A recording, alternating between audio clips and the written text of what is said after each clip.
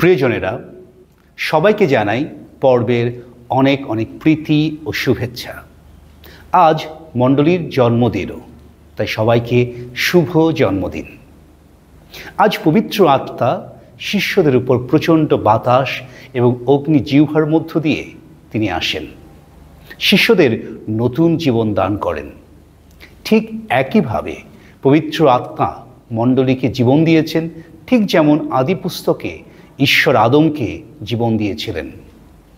আমরা দেখি আদি পুস্তকে যে ঈশ্বর মাটি দিয়ে মানুষকে গড়ে তুললেন এবং তার নাকে ফুঁ দিয়ে তার মধ্যে প্রাণের নিঃশ্বাস জাগিয়ে তুললেন, মানুষ জীবন পেলেন। এভাবে ঈশ্বর মানুষকে সৃষ্টি করলেন। আমরা আজ মঙ্গল সমাচারে দেখি যে যিশু তাঁর শিষ্যদের তোমাদের শান্তি হোক বলার পর তাদের উপর ফুঁ দিলেন, অর্থাৎ যিশু সেই আত্মাকেই শিষ্যদের দিলেন। এর মধ্য দিয়ে আজ এই দিনে যিশু সেই সৃষ্টিকে নতুনভাবে নবায়ন এবং অন্য মাত্রায় উত্থিত করলেন তাঁর এই ফুঁয়ের মধ্য দিয়ে। পবিত্র আত্মা শিষ্যদের উপর অবতরণের উদ্দেশ্য কী? এর উদ্দেশ্য হচ্ছে সকলকে একত্রিত করা, নিজেকে চেনা, নিজের শক্তি ও সামর্থ্যকে জানা, জীবনের লক্ষ্য কী সেটা খুঁজে নেয়া এবং ভয়কে জয় করা। আমরা দেখি যে সকল কিছুই শিষ্যরা পেয়েছেন যখন তারা পবিত্র আত্মাকে গ্রহণ করেন।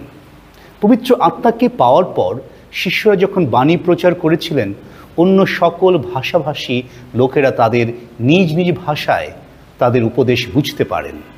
আর এখানে দেখি যে পুরাতন নিয়মের বাবেলের সেই দুর্গের বিপরীত চিত্র। সেখানে তারা বিক্ষিপ্ত এবং বিভক্ত ছিল, তবে আজ সকলে খ্রিস্টে ঐক্যবদ্ধ, এক এবং একত্রীভূত বা একত্রিত হয়েছেন।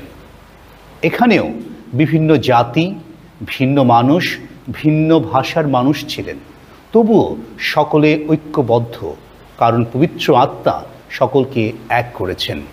আর এভাবেই মণ্ডলী জন্ম থেকেই বিভিন্নতায় একতাবদ্ধ, বৈসাদৃশ্যে এক, ইংরেজিতে যাকে বলা হয় ইউনিটি ইন ডাইভার্সিটি।